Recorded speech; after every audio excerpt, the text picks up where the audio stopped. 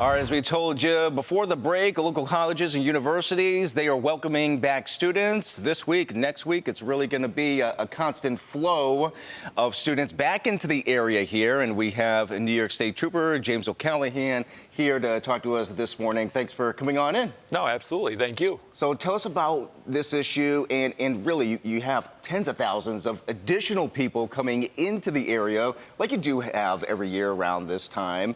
But what kind of impact does that have on state police and other local police departments? It's a bigger impact than you think. We have young people adulting, right? Maybe for the first time.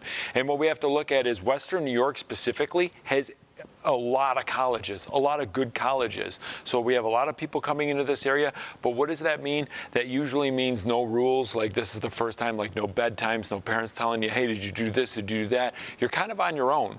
And with being on your own, sometimes that means going to parties, going out drinking, doing things that maybe you shouldn't be doing or you're not even old enough to do. And that's kind of the key thing here. We have a lot of people that will acquire fake IDs, go to different venues, drink underage. And obviously that being a problem because sometimes they get behind the wheel or they put other people at fear or risk of, physical injury or death. And that's kind of where we're at with the state police. So what is the warning that you have for students? Most of them, of course, are teenagers.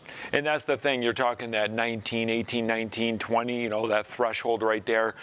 If you use a fake ID to acquire alcohol or marijuana, you could be looking at criminal possession or impersonation. There's a lot of different charges, but a lot of those carry that D felony range. And you could be looking at about 7 years. Now, granted, would you get that? That's up to the courts to decide. But the fact of the matter is if you buy alcohol underage with a fake ID and then you go out drinking or partying with some friends and then someone gets in a collision or something happens because of the cause of that, you are going to find out really quickly that adulting just hit you face head on and you could be looking at some serious adult supervision, or not adult supervision, but adult consequences. And that's going to be effectful to not only your kind of going forward in your college career, but also life.